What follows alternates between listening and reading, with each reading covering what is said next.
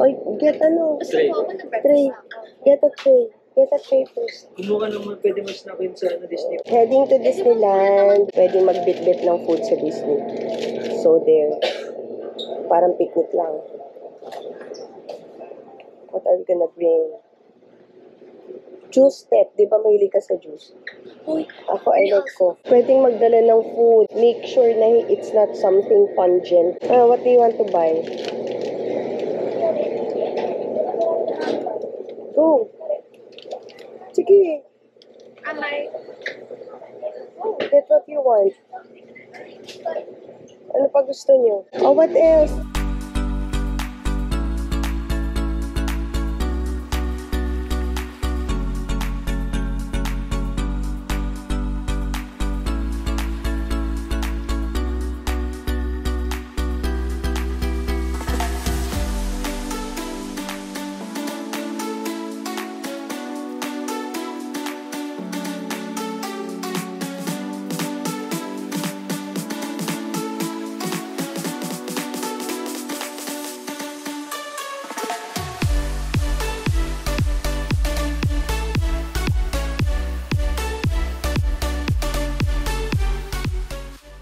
Oh. Ayan, gusto ko din yan. Tsaka coffee.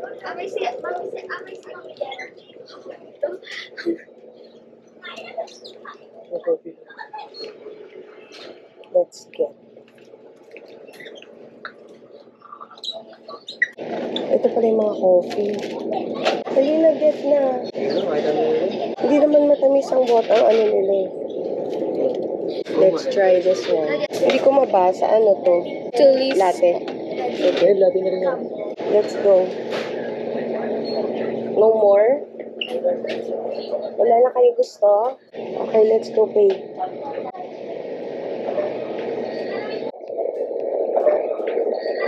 Let's pay na.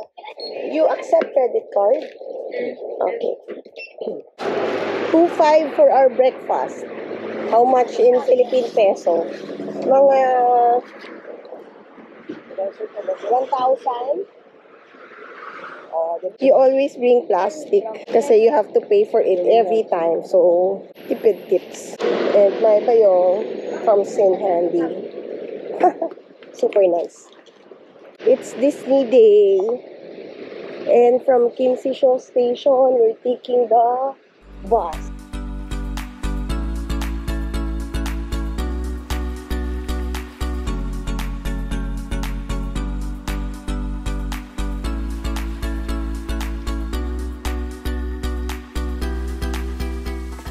Dito naman sa Parco Mall, sa ilalim niyan, subway naman. So if you have the Tokyo Subway Pass, dyan ka naman. Yun nga na, ang daming transfers.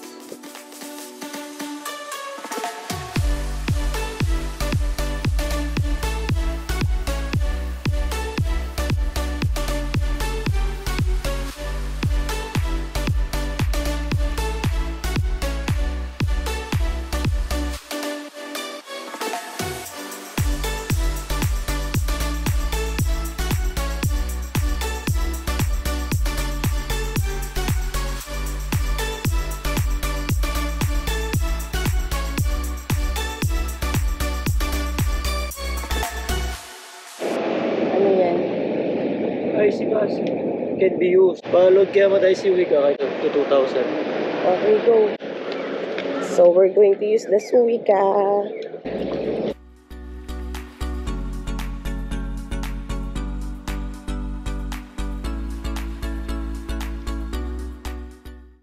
May lockers din pala dito.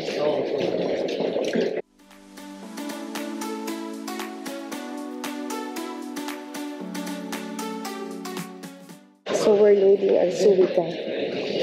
Yes.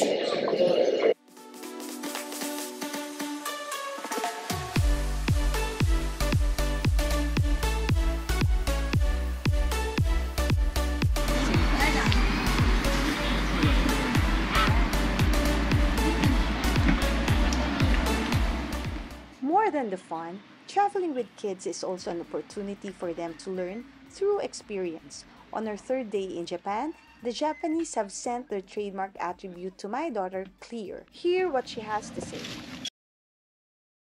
Sobrang sakto ng parang pagpunta dito ng mga toys, mga bus. Kasi tingnan mo 8:30 o sakto. Yeah. How do They are always on time. We check. Hmm. They are always on time. By the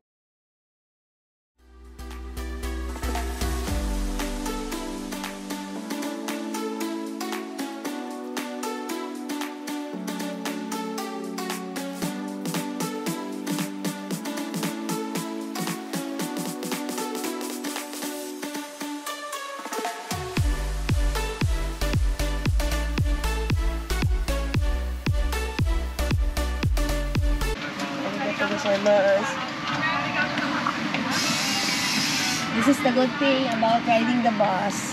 Nakasama weather, no? Kaya nga eh. Unahin natin mga outdoor.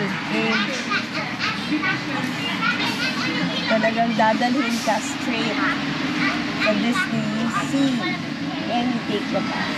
Very, very convenient. So,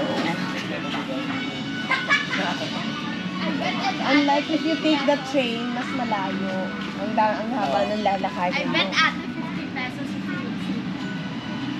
Okay? Pati weather nakikisama sa amin. So, I guess, all of us will be having fun. Ano naman ang Disneyland? No one is old for Disney. We got our tickets from Klook. Kinuha namin kagabi. Kasi, sa totoo lang, we are not sure of our itinerary. So, Klook came in very handy. Voucher mo. Pag ganitong oras kayo dumating, around 9 o'clock, wala na masyadong line.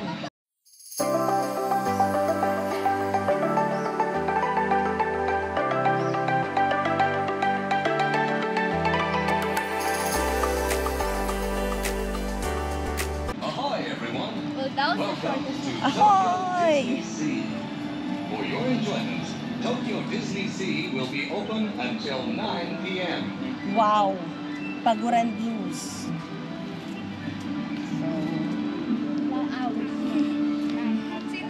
From 9 until 9.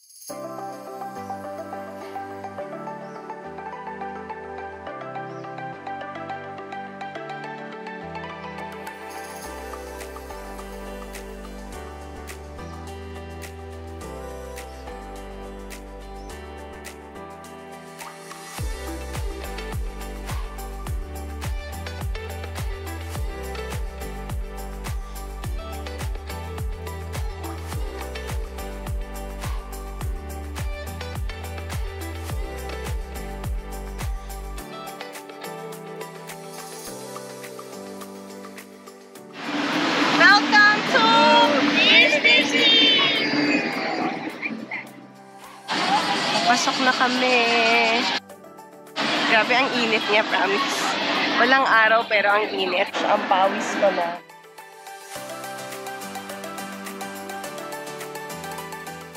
If you are planning to come to Disneyland Tokyo, you need to download this one. The Disneyland Tokyo app.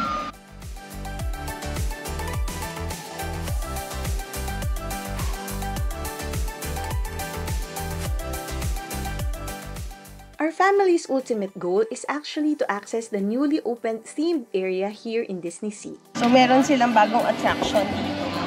It opened last June 6, 2024.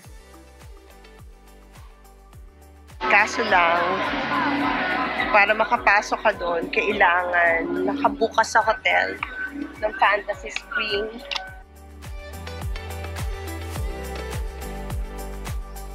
Or buy an access pass. Using the Tokyo Disney mobile app, you can only purchase the Disney Premier Access when you are already inside the Disney park. Or another option is you secure a standby pass. A standby pass is a free access you can get from the Tokyo Disney mobile app. So as soon as you enter the park, you access the mobile app and secure any attractions within the Fantasy Springs. Yan, that's the Disney app, no? So you open it, tapos go to your account, scan the ticket. You to get the standby pass. Let's scan. Ayan, no? I have a standby pass for ano, so let's scan again. This ticket has been scanned. Been scanned. Scanned na daw lahat. Ito. This is this feature at the park. Nasa park na nga po ko eh. Okay, 4 tickets. Wala. Individual. Hindi, ang init. Wait O, lang. doon tayo, sige. Kaya lakad tayo para hindi mainit. Let's figure this So, out. nagkaroon kami ng problema, no? Actually, meron din kasing bagong attraction dito sa Disneyland. It's Fantasy Springs. So, in order for you to get inside, you need to get a pass. So, it's either you get a Disney pass or a standby pass for one of the attractions inside. Yung Rapunzel, yung Peter Pan, yung Frozen. So, you only get it. The standby pass, you can only get it once you're inside the park already. So, unfortunately, even we have the app, the Disney app, Tokyo Disney Sea app on our phone, hindi makita na pumasok na yung anak ko sa park. So, yun pala, hindi na-scan ng maayos sa entrance. So, I was lucky, I was able to get a standby pass for the 3 of us, my husband, my youngest, no, for Peter Pan and Rapunzel. Unfortunately, with my other daughter, she cannot get a standby pass because the park cannot recognize that she's inside the park already. So, she needs to have her ticket scanned again in the entrance para lang makita na nandito na siya sa park. Kasi if you're not inside the park, you cannot access the standby pass. So, I am going to show you. Okay? If you are planning to come to Disneyland Tokyo, you need to download this one, the Disneyland Tokyo app. That is where you are going to see the schedule of the attractions, the schedule of the parades, no, the standby passes, the Disney access tickets, no, your ticket also you can upload it here. You can also buy tickets here, or you can also buy tickets from other booking platforms like Klook, and then you just scan. When you enter, the app will detect na nasa loob ka na ng park. You can now access the tickets. You want to buy Premier Access ticket, or you can access this one already. The standby pass, this one is free. So you can just open this one. Yan, those attractions. So, the Fantasy Springs kasi is actually a new area in Disney Sea. What's inside the Fantasy Spring are the Frozen attractions, the Peter Pan attractions, the Rapunzel. No, you can only get inside Fantasyland. It's either you are booked in Fantasy Springs Hotel, you have the Disney Access Pass, or you get a standby pass. So, the only time you can get a Disney Premier Access is when you are inside the park already. So, you can buy tickets. So, this is a paid access. This is a paid access.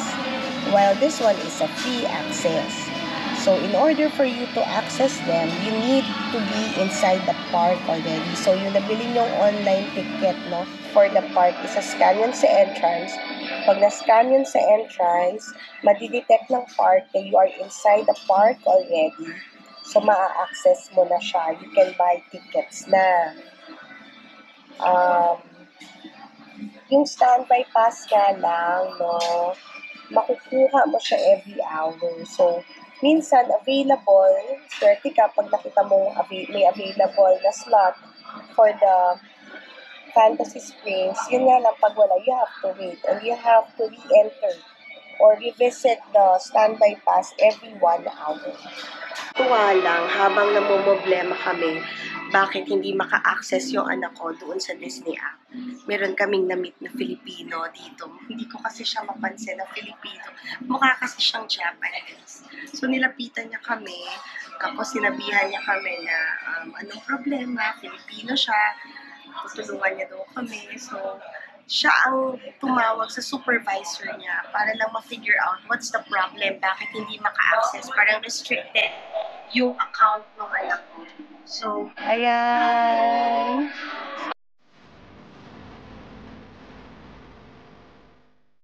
So, siya. Hello po mga kababayan. Thank you very much.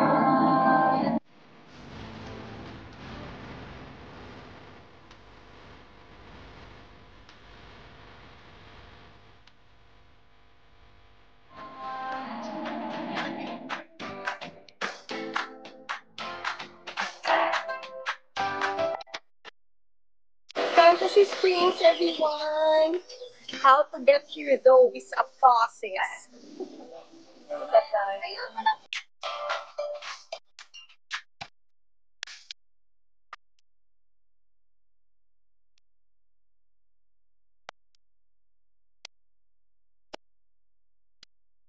Oo, very accommodating talaga. Hello! Welcome to Disneyland's new attraction. Fantasy Springs.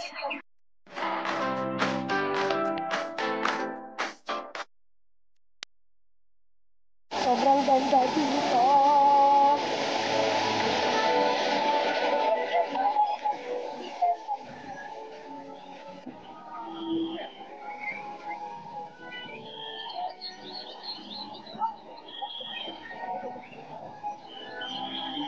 This is the Fantasyland area.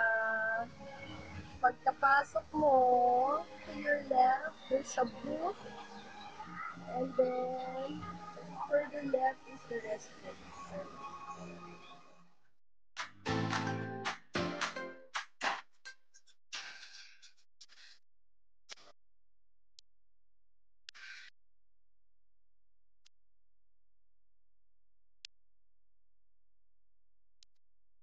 The Peter Pan attraction. Kayo na lang ang pumasok. Hindi kasi kami pwede.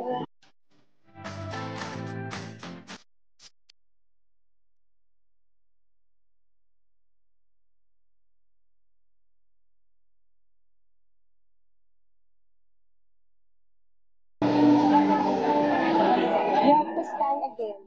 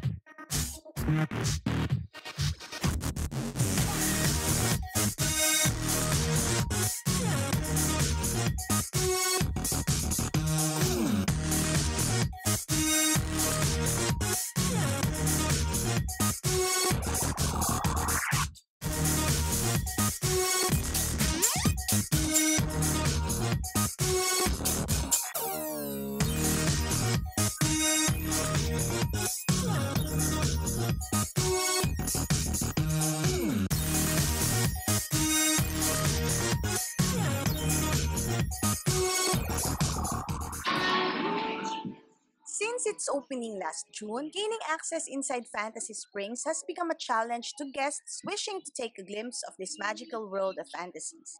Despite having technical issues with their app this morning, we made it. Out of pure luck and persistence, we were able to secure a free pass for 2 attractions. Here's the attraction that has left us all in awe. Brace yourself, fellow Disney enthusiasts. We can't be too old for this.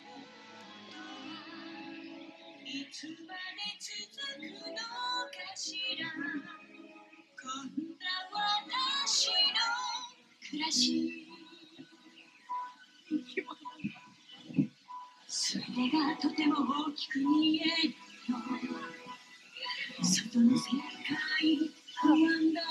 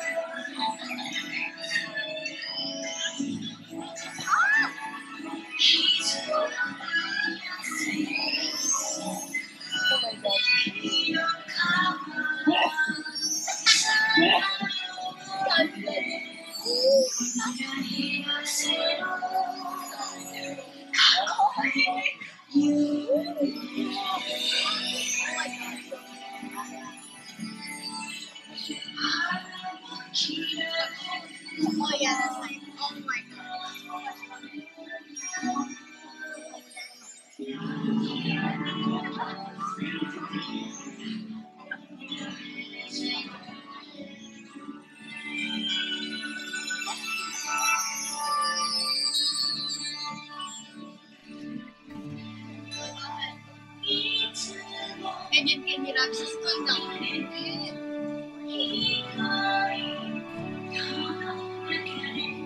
Sa mundo世界はどんなに素敵な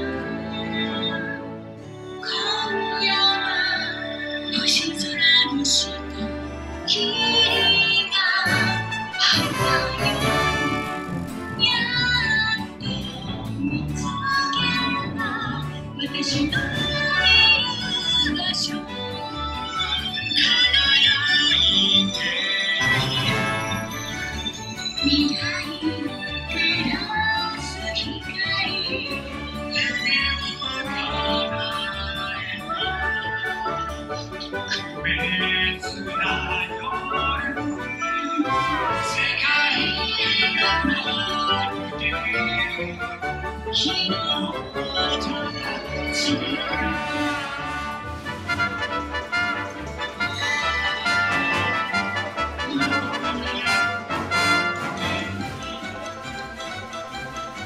The Snuggly Duckling is a tavern-inspired restaurant standing next to the Rapunzel's Lantern Festival. Just turn left upon exit. Hindi kami pumasok, kaya hindi ko maididetalye ang mga ganap sa loob. But as per available articles online, the vibe of the resto recreates the scene from Tangled where the rough and rowdy crowd dine. It is a counter-service kind of dining where you place your orders online anytime, anywhere inside the park via Tokyo Disney app, where you also indicate your desired time of pickup. You may opt to dine in at a timed entry. If you wish to understand these details further, you may visit the Tokyo Disney Sea website, where instructions are provided in detail. Please see attached Tokyo Disney website for reference. This is the current running system for dining among restaurants inside the Fantasy Springs. So I suggest you visit the Tokyo Disney website to learn and get yourself familiar with the current trend.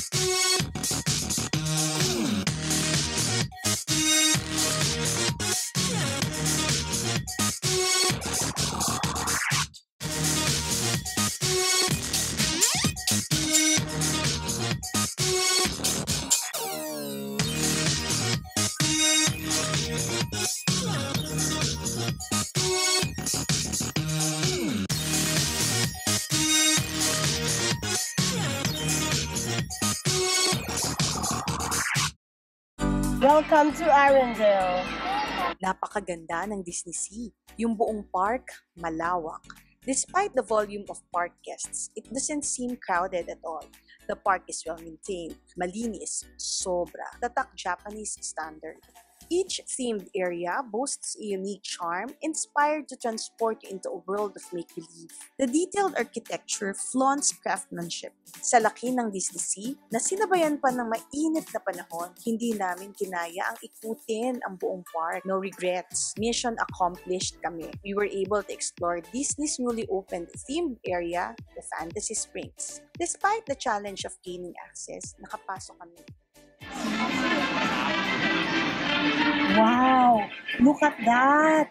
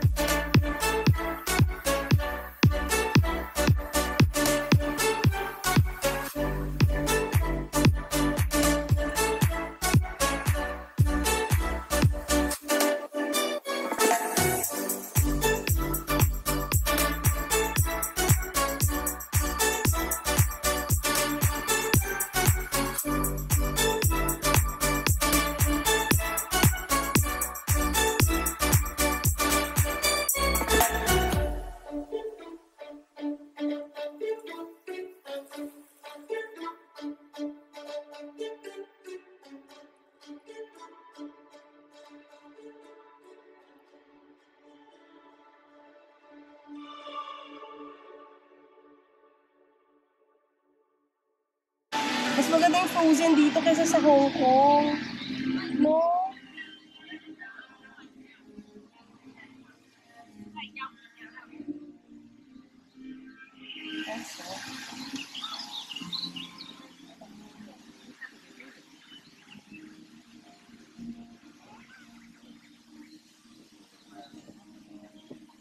Nak, ang ganda dito, oh.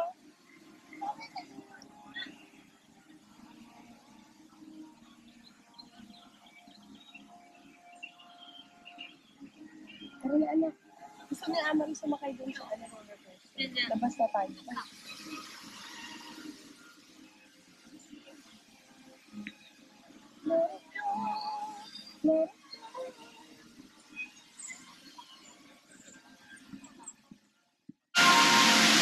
Yung bagong bukas na hotel, the Fantasy Springs. The Fantasy Springs Hotel. Actually, mahirap mag-book sa kanya. You have parang direct access to the park, the Fantasy Land. When you book in the hotel, yun nga daw, ang available time pa is all the best days.